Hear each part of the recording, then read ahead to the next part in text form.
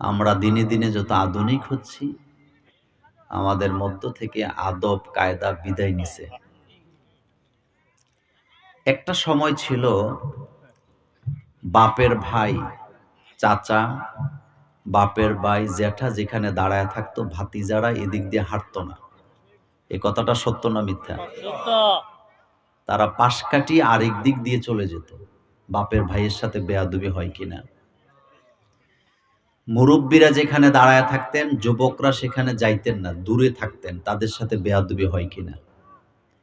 একজন মুরব্বী 50 জন ছেলে মেয়ের দুষ্টামির মধ্যে একজন মুরব্বী ডাক দিলে সবাই ভয়ে চলে যেত। এ কথাটা সত্য না মিথ্যা?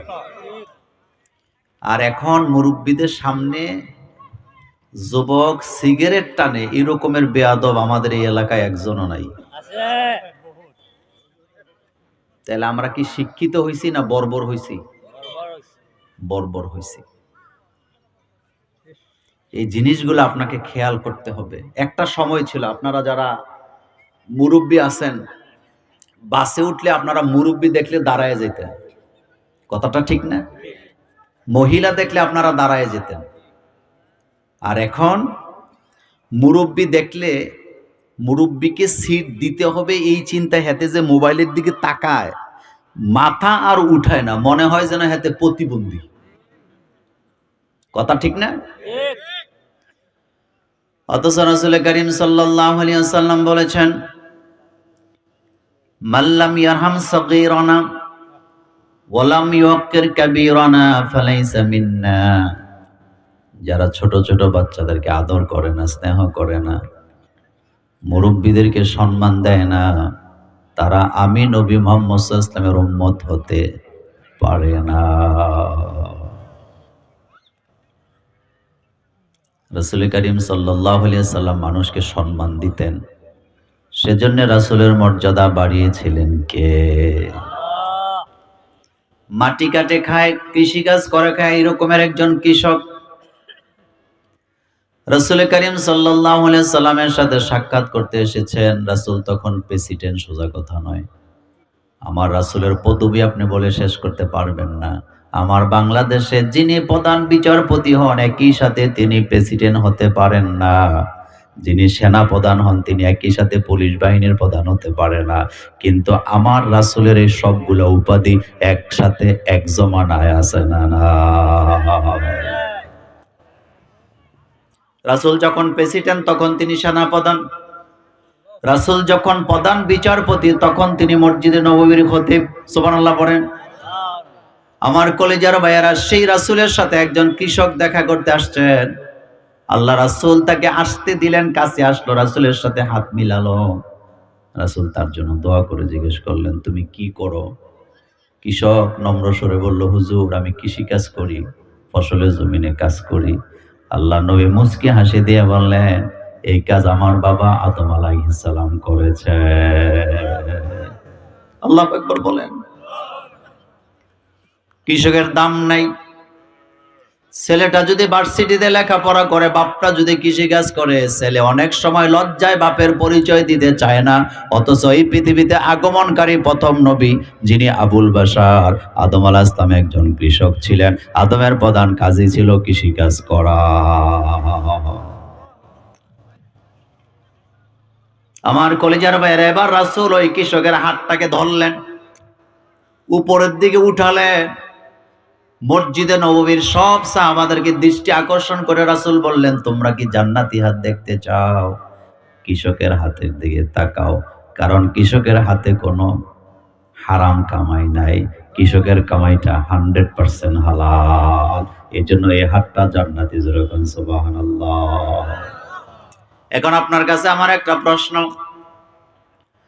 আল্লাহ রাসূল সাল্লাল্লাহু আলাইহি ওয়াসাল্লাম তিনি এত বড় নবী হওয়ার পরেও, রাসূল হওয়ার পরেও, প্রেসিডেন্ট হওয়ার পরেও, প্রধান বিচারপতি হওয়ার পরেও একজন কৃষকের এত মর্যাদা দেয়, আর আমি আমার চাচাকে যেটাকে মর্যাদা দিতে পারি না, এটা দ্বারা বোঝা যায় আমার চেয়ে বেয়াদব বড় এই দুনিয়াতে কেউ নাই। আর এটাও বোঝা যায় আমি এখনো রাসূলের উম্মত হতে পারি নাই। রাসূলের উম্মত কখনো বেয়াদব হতে পারে না।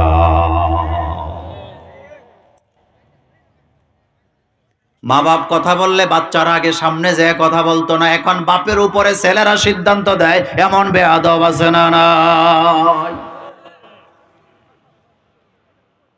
বাপের সিদ্ধান্ত আগে। বাপের সাথে তিনটা কাজ করতে নিষেধ করেছেন মুহাম্মদ সাল্লাল্লাহু। এক নাম্বার, রাসূল বলছেন খবরদার বাপের নাম ধরে ডাকবি না, এটা তোর আব্বা, এটা তোরে জন্ম দিছে। আদাবুল মুফরাদ ইমাম বুখারী হাদিসটা টেনেছেন। তিনি বলেছেন খবরদার বাবাকে নাম ধরে ডাকবা না। রাসূল বলছেন খবরদার তুমি তোমার বাবার আগে আগে হাঁটবা না। তিন নাম্বার, রাসূল বলছে বাবা যেখানে বসে আছে সমানে সমানে বসবি না। আর বাপেরে মানুষই মনে করে না, বাপেরে ধমকি দিয়া কয় তুমি কি বুঝো, এমন যুবক আমাদের এই অঞ্চলে একজনও না।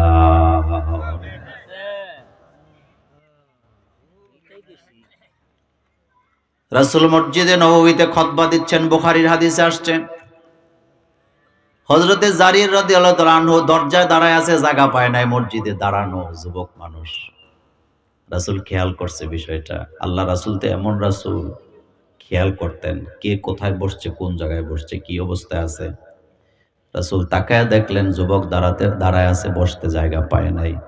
বিশ্বনবী নিজের রুমাল, সোজা কথা না, যে রুমালে বসার ক্ষমতা কারো নাই, সেই রুমালটা রাসূল টান মেরে হাতে নিয়া জারিরের দিকে এভাবে ডিল দিয়ে বলতেছে ইজলিস ইয়া জারির, ও জারির আমার এই রুমালটা বিছায় তুমি বসো। জারির রাসূলের চাদরটা বুকে লাগায় বলতেছে রাসূল গো, এত বড় বেয়াদব আমি হইনি, আপনার চাদরে বসতে পারবো, কিন্তু আপনি যে সম্মান আমাকে দিয়েছেন জীবনে কেউ এত সম্মান আমাকে দেয় না। আমরাও ওয়াজ করি, রাসূলও ওয়াজ করতেন। আমরা তো একজন শ্রোতার চেহারাও মনে রাখতে পারি না, রাসূল প্রত্যেকটা শ্রোতার চেহারা মনে রাখতেন। সহিহ মুসলিমের হাদিসে আসছে আল্লাহ রাসূল কথা বলতেন, এই দর্শকদের ভিতরে একজন ইহুদি যুবক সব সময় রাসূলের ওয়াজ শুনতো, কিন্তু কালিমা পড়ে নাই। ইহুদি যুবক, রাসূল টার্গেট রাখছে এই যুবকটা সব সময় একই জায়গায় বসে রাসূলের কথা শুনে। হঠাৎ রাসূল দেখলেন 2 দিন পর্যন্ত এই যুবক আর নেই।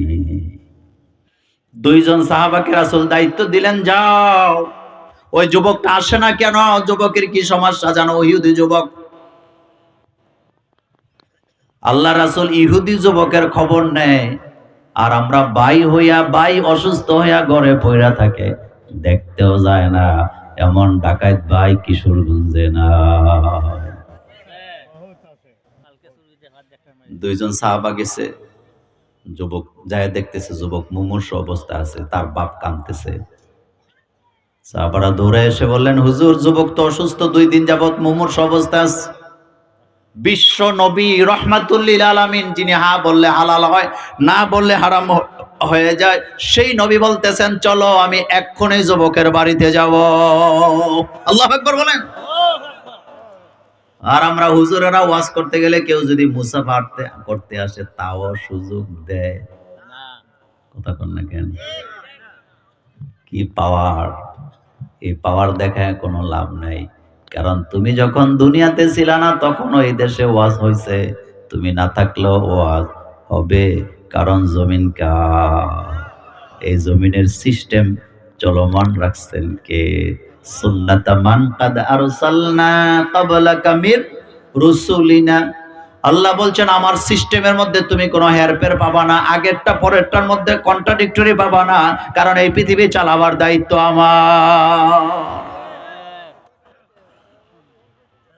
আমার কলেজার ভাইয়েরা, রাসূল ইহুদি যুবকের বাড়িতে গেলেন।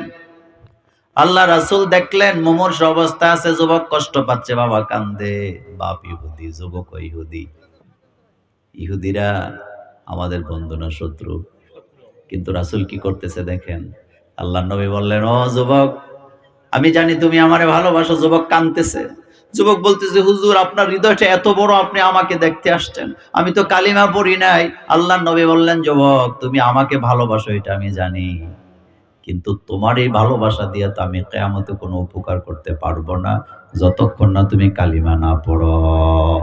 তুমি কালিমা পড়লে আমি সুপারিশ করতে পারবো, তুমি কালিমা না পড়লে আমার সাথে তোমার কোনো সম্পর্ক নাই। এবার যুবক একবার বাপের দিকে তাকায়, আরেকবার রাসূলের দিকে তাকায়। যুবকের চিন্তা হলো, আমি যদি কালিমা পড়ি আব্বা বেজার হবে, রাসূল খুশি হবে, আবার কালিমা না পড়লে রাসূল বেজার হবে, আব্বা খুশি থাকবে, আমি কোন দিকে যাব? এবার ইহুদি যুবকের আব্বা তাকে ইশারা দিয়ে বলতেছে, আমার দিকে তাকাইস না, আমার কাছে মুক্তিও নাই কল্যাণও নাই, তুই তাই পড়, রাসূল তোকে যা পড়তে বলেছে।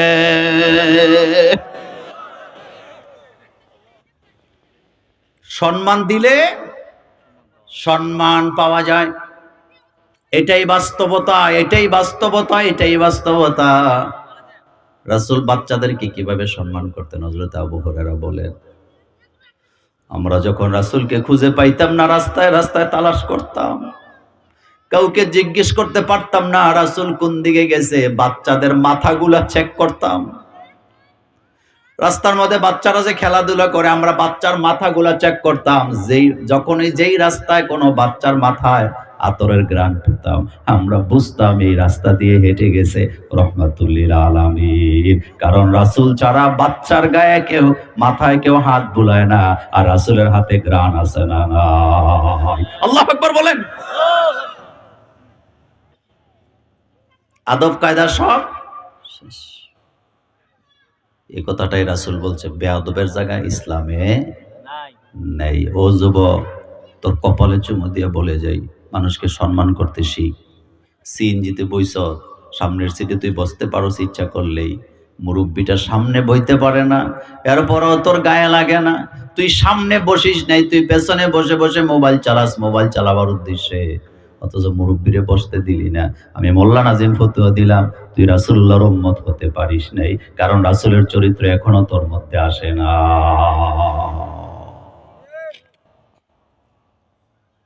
সম্মান দিলে কি পাওয়া যায় বলেন তো? কৃষককে রাসূল মর্যাদা দেয়, যুবককে মানুষ মর্যাদা দেন, ব্যবসায়ীকে রাসূল মর্যাদা দেয়, রাসূল কাউকে কখনো অমর্যাদা দিয়ে কথা বলে না। এই পয়েন্টে আরেকটা কথা বলি, মসজিদে নববী আমাদের পবিত্র জায়গা, এটাও কিন্তু হেরাম। হেরাম কিন্তু একটা না, হেরাম কিন্তু দুইটা। হারামাইন শরীফাইন তাসনিয়া দ্বিবচন। মক্কাটাও যেমন হেরাম, মদিনাটাও একই হেরাম। পার্থক্যটা হলো একটা আল্লাহর ঘর আর একটা রাসূলুল্লাহর ঘর।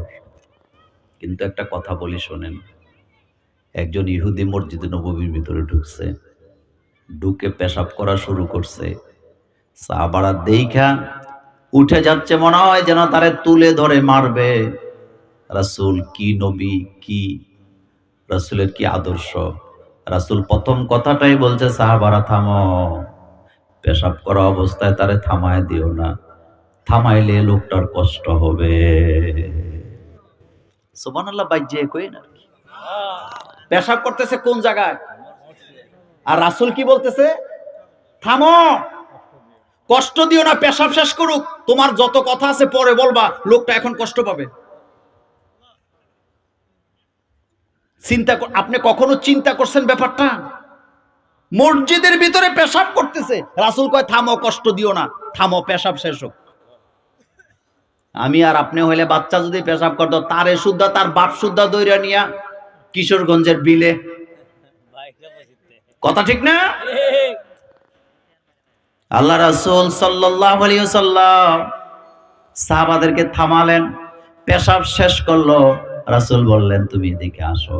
দেখেন রাসূলের কি চরিত্র আসছে। রাসূল প্রথমে জিজ্ঞেস করতেছে, তুমি কি জানো এটা কি? কয়, না হুজুর, আমি তো জানি না। আল্লাহ রাসূল বলেন, এটা আমাদের মসজিদ, এখানে আমরা আল্লাহরে সেজদা দেই। তোমরা যেমন তোমাদের প্যাগোডায় যায়া সেজদা দাও, তোমাদের রবকে ডাকো, এটা আমাদের উপাসনালয়, এটা মসজিদ।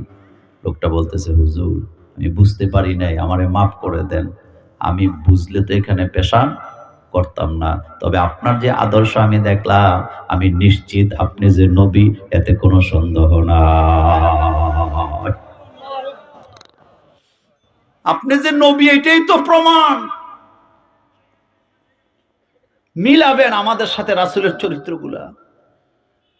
রাসূল কখনো মুস্কি হাসি ছাড়া কথা বলতেন না, আর আমরা এতিমের মাল খায়া ফেলাই। ঠিক না?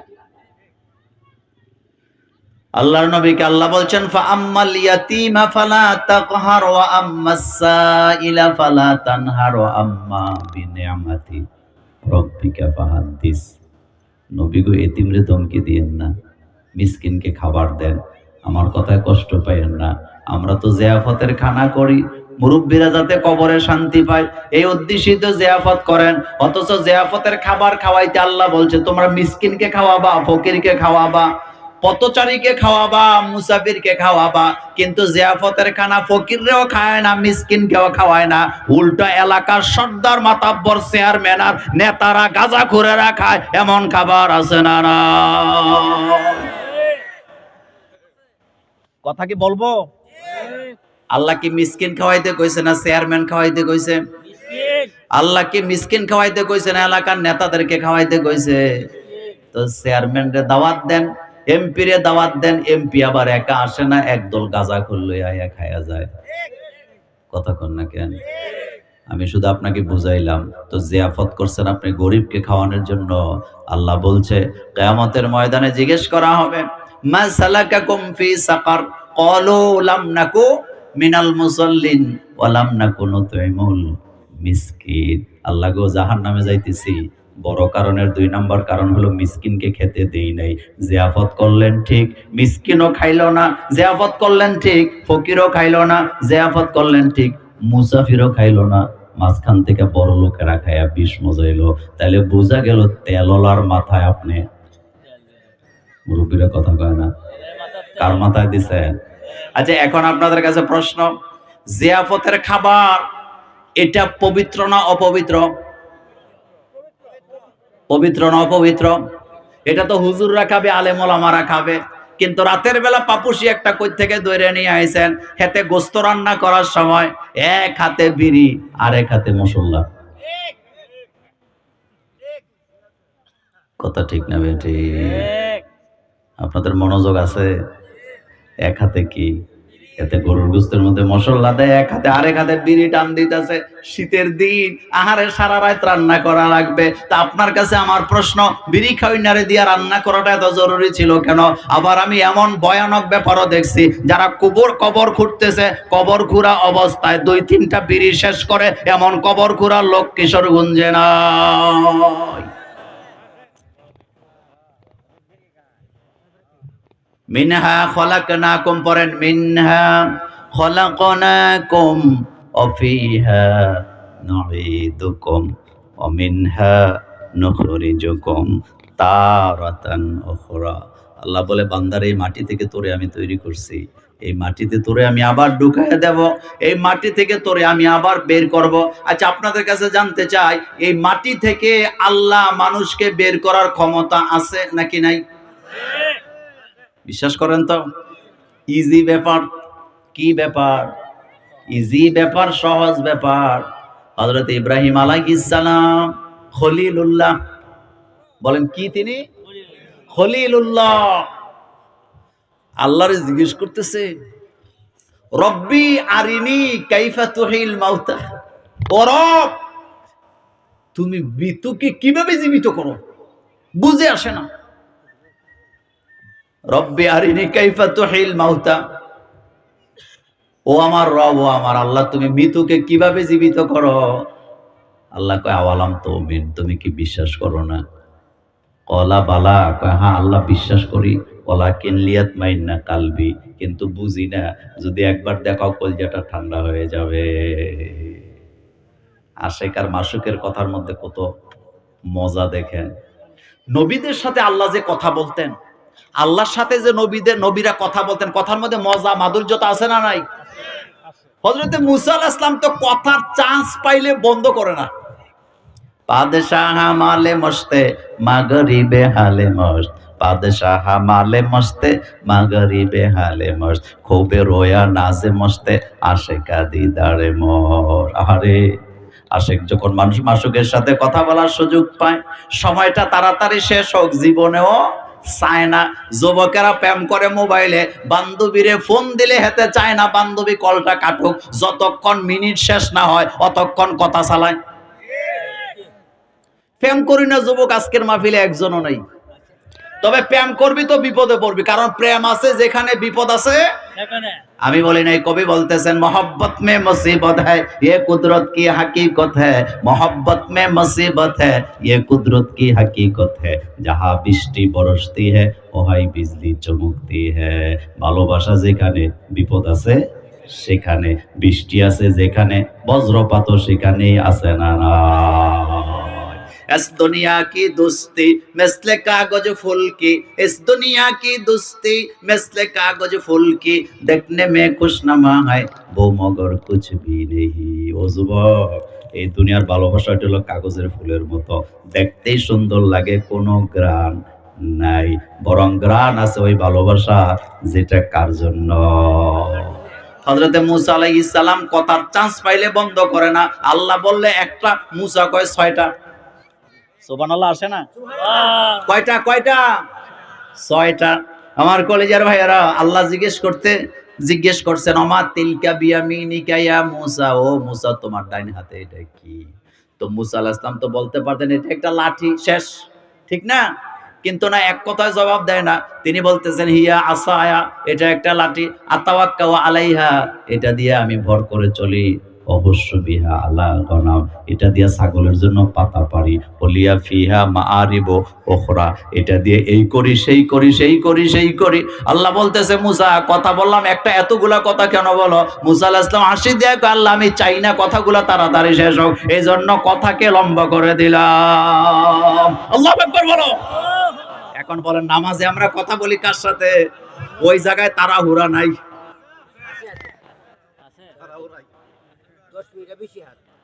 নামাজ হলো মুমিনের জন্য মেরাজ, অথচ সেখানে গেলে তাড়াহুড়া আছে না নাই?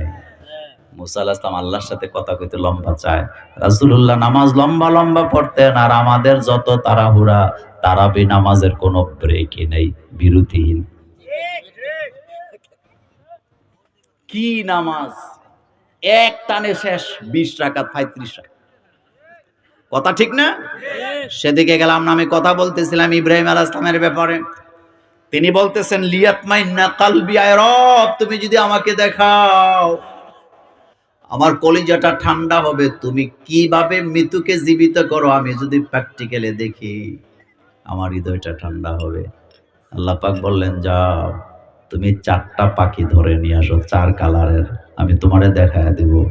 ধরছে, আল্লাহ কয় জবে করো, আল্লাহর নামে করছে। আল্লাহ কয় এগুলা গোশত মাংস হাড্ডি 4টা একসাথে মিশাও, মিশাইছে।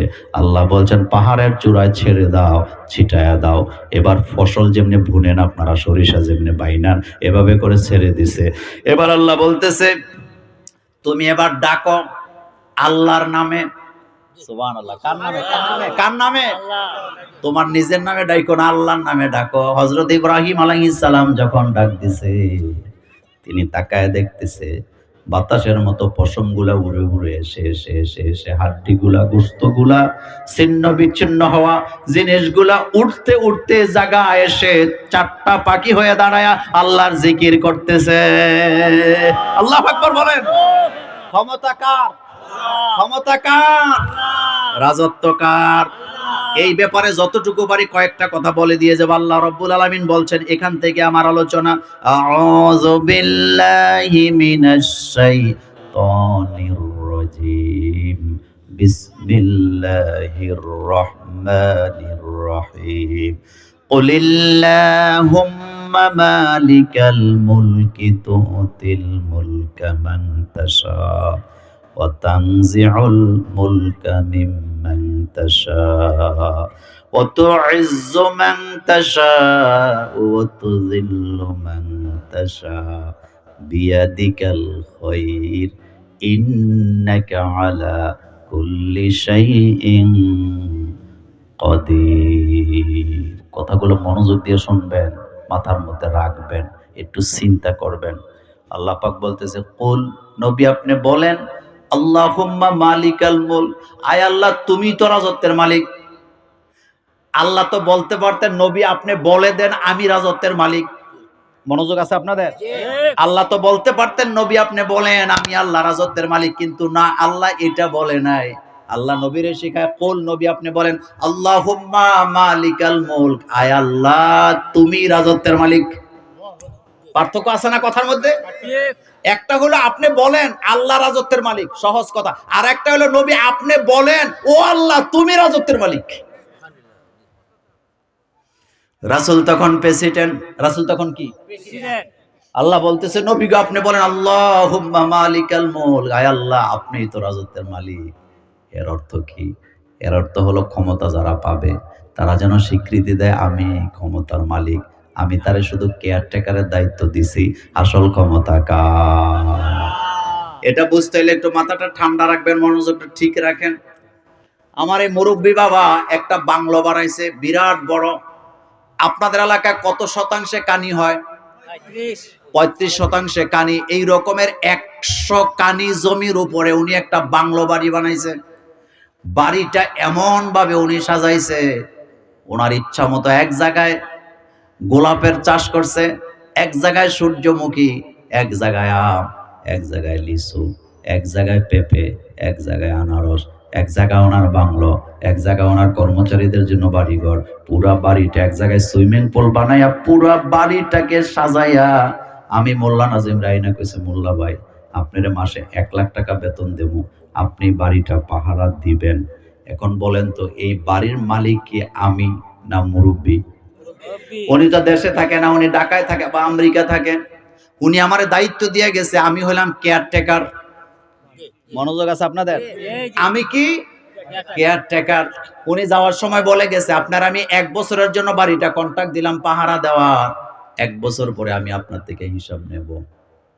এখন উনি চলে গেছে, যাওয়ার পরে 1 বছরের ক্ষমতা আমি পাইয়া আমি কি আছিলাম? আমি কি ছিলাম? কেয়ারটেকার, পাহারাদার। কিন্তু আমি সুযোগ পাইয়া ওনার আম গাছের জায়গায় নিছি লিচু গাছ, লিচু গাছের জায়গায় নিছি আম গাছ, বাথরুমের জায়গায় নিছি গ্যারেজ, উলট পালট কইরা ফালাইছি। 1 বছর পরে যখন উনি ফেরত আসবে উনি আমারে চুমা দিব না। কি দিব? হ্যাঁ মুরব্বি ঠিক বলছে, কি দিয়া পিটাইবো? এখন বলেন এই রাজত্বটা কার? আরো জোরে বলেন কার? এই বাংলাদেশটা কার? আমি শুধু আপনাকে বুঝাই দিলাম এখানে যারা ক্ষমতায় বসে তারা হলো কেয়ারটেকার, আসল মালিক আল্লাহ। কিন্তু ক্ষমতাটা পাওয়ার পরে আলেমের উপরে হাত তোলে, চোরবাটপারকে ছেড়ে দেয়, এই জন্য তাদেরকেও আল্লাহ বাংলাদেশ থেকে দিল্লি নিয়ে ফালায়।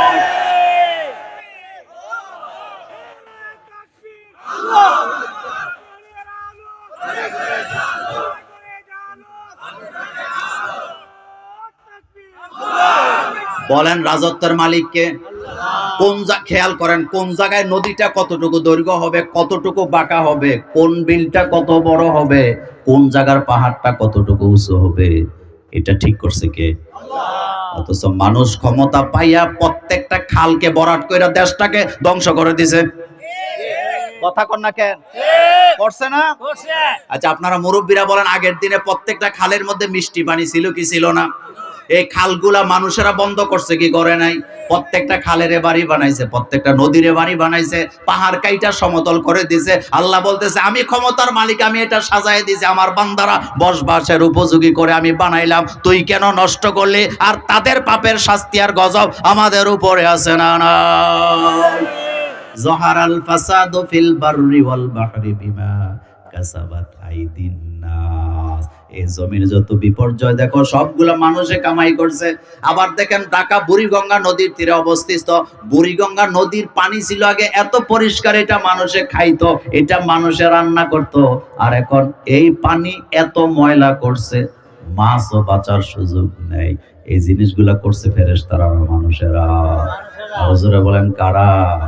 তবে আপনি আরেকটা কথা মনে রাখবেন, আমাদের দেশে নয় পৃথিবীতে যারা ক্ষমতায় বসে তারা হইল শক্তের ভক্ত, নরমের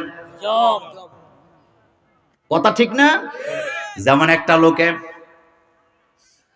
18 বিঘা জমির উপরে একটা ফ্যাক্টরি কইরা খাল ভরাট করছে, জমি নষ্ট করছে, বায়ু দূষিত করছে, নদীর পানি শেষ করে দিছে, মাছ মাইরা ফলাইছে বিষাক্ত দাহ্য পদার্থ দিয়া। তার বিরুদ্ধে সরকারের কোনো ভূমিকা নাই, মন্ত্রীর কোনো ভূমিকা নাই, তাদের বিরুদ্ধে এমপি মন্ত্রীর কোনো ভূমিকা নাই, উপজেলা চেয়ারম্যান মেম্বারের কোনো ভূমিকা নাই, কমিশনারের কোনো ভূমিকা নাই, সর্দার মাতাব্বরের ভূমিকা নাই, প্রশাসন বড় নীরব। তাদের বিরুদ্ধে কোনো কথা নাই। আর গরিব মানুষ একটা অটো রিক্সা চালায়া 5টা বাচ্চা লালন পালন করে, ওই অটো রিক্সা চার্জ দিতে এক টুকু কারেন্ট খায়, এই অজুহাতে অটো রিক্সা বন্ধ করে দিতে চায়, এমন জালেম আছে না? না, তো তোর আব্বারা যে দুনিয়া ধ্বংস করতেছে তাদের সাথে পারিস না তুই? পাহাড় কেটে সমতল করে দেয়, নদী বরাট করে মানুষের পানিতে বিঘ্ন ঘটায়, তাদের বিরুদ্ধে কোনো অভিযোগ নয়। অটো রিক্সা চার্জ দিলে তার কারেন্ট চলে যায়, এই জায়গার যত কথা, তাইলে বোঝা গেল শক্তের ভক্ত নরমের। এজন্য আল্লাহ পাক নবীকে দিয়ে বলেছেন, নবী আপনি বলেন আল্লাহুম্মা মালিকাল মুলক, বলেন কুলিল্লাহুম্মা মালিকাল মুলক। ও নবী আপনি বলেন আপনি তো রাজত্বের মালিক, আমরা হলাম কেয়ারটেকার। কিচ্ছু মনে করবেন না, শুধু আল্লাহকে সেজদা দিবেন আর ভাববেন গরিবের উপরে যারাই জুলুম করে একটাও দুনিয়াতে ইজ্জত নিয়ে যেতে পারে নাই।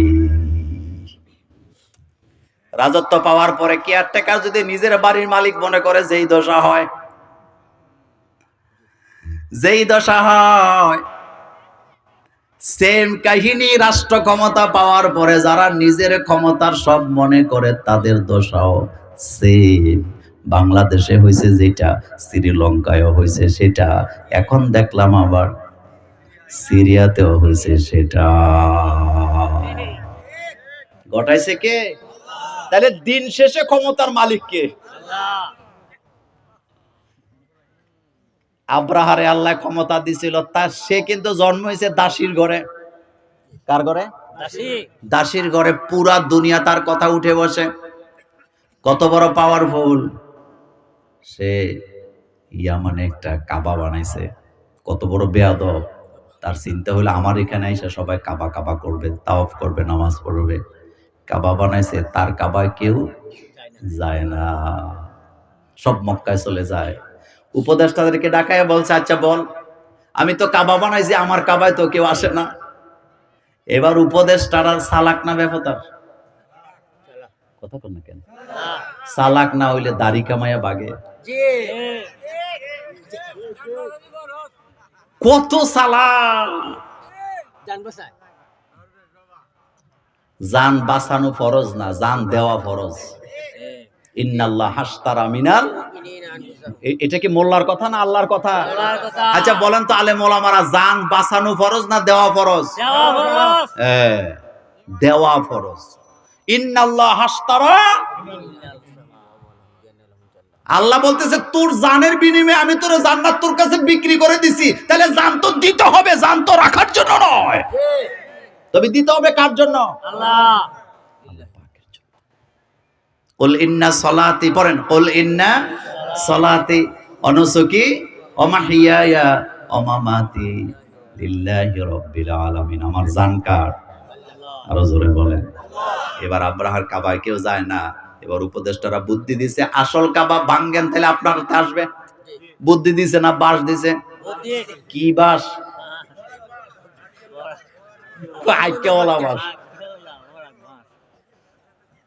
জান জান জান কাবা ভাঙেন। কিন্তু আব্রাহা তো জানে না কি দশাটা হইব, এক সেকেন্ড আগেও জানে না। সে চিন্তা করছে কাবা ভাঙা সহজ, কারণ আব্দুল মুতালিব তো গত রাত্রে বলে গেছে আমার কাবার ব্যাপারে কোনো কথা নেই, আমি তো কেয়ারটেকার, কাবার দরজা খুলি, কাবার দরজা লাগাই, আসল মালিক তো উপরে।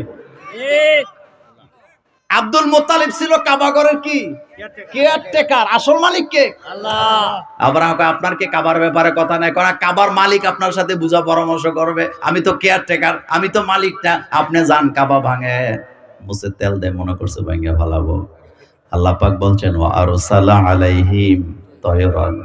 কি ক্ষমতা আমার আল্লাহর! বলেন ওয়া আরসালা আলাইহিম তায়রান আবাবিল। সবাই পড়েন ওয়া আরসালা আলাইহিম তায়রান আবাবিল তারমিহিম বিহিজারাতিন মিন সিজিল ফাজআলাহুম কাসফিম মাআকুল। পুরা ব্যাখ্যা দিব না, শুধু এতটুকু বলবো, হাতি ছোট না বড়? আরো জোরে বলেন। কিন্তু আল্লাহ বলতেছে হস্তি বাহিনীকে আমি বুশি বানায়া ছেড়ে দিয়েছি। আল্লাহু আকবার। টুকরা টুকরা করছি এটা বলে নাই, খণ্ড বিখণ্ড করছি এটা বলে নাই, হত্যা করেছি এটা বলে নাই। আল্লাহ বলছে আমি এগুলারে বুশি বানায় দিছি। তাহলে ক্ষমতা কার? বুশি বুশি বুশি বানায় ফেলছি, বুশি বানায় ফেলছি। কি ক্ষমতা আমার আল্লাহ! আপনারা আমার কথায় কষ্ট পায় না। এই পৃথিবীতে যত স্বৈর শাসকের জন্ম হয়েছে সবাই তার নিজের মূর্তি বানাইছে, বানাইছে না? নমরুদ্দা তার নিজের মূর্তি বানাইছে, প্রত্যেক ফেরাউনেরা তাদের নিজের মূর্তি বানাইছে। সেম কাহিনী সিরিয়াতেও ঘটছে। বাশার আল আসাদ তার আব্বার মূর্তি, তার দাদার মূর্তি, তার নিজের মূর্তি দিয়ে দেশটারে ভর্তি করছে। আল্লাহ পাক বলছে কুলিল্লাহুম্মা মালিকাল মুলক, ও নবী আপনি বলে দেন রাজত্ব তো আমার, মূর্তি বানায় লাভ নাই। এমন একদিন আসবে তোর বাপের মূর্তির উপরে, তোর মূর্তির উপরে ছেলেরা দাঁড়ায় পেশাব করে দেয়। আমি কিন্তু বাংলাদেশের কথা বলি নাই, ফেস লাগাবেন না। আমি কোন দেশের কথা বলতেছি দেখছেন না? পেশাব করছে না? আচ্ছা বলেন তো আপনি মূর্তি বানাতে হবে কেন? এটার মানে মূর্তি কেন বানাতে হবে? হ্যাঁ, বুঝাইতে যে দখলদারিত্ব আমার। কিন্তু কেয়ারটেকার কখনো স্থায়ী না, কাম ধরে বাইর করে দেয়। কি ধরে বাইর করে দেয়? সেদিকে গেলাম না। বলেন এবার বলেন আল্লাহুম্মা মালিকাল মুলক, রাজত্ব কার? এরপরে আল্লাহ পাক এখানে শেষ করেন, নবী আপনি বলেন তো অতিল মুলকা মান তাশা, ও আল্লাহ আপনি যারে চান তারে রাজত্ব দেন। ও তানজিউল মুলকা মিম্মান তাশা, আপনি যারে চান তারে রাজত্ব থেকে কান ধরে নামায়ও দেন। তাহলে রাজত্ব দেয় কে? আল্লাহ। আবার নামায় কে? আল্লাহ। তবে সমস্যা একটাই, যারে রাজত্ব দেয় সে আর সঠিক পথে থাকতে চায় না।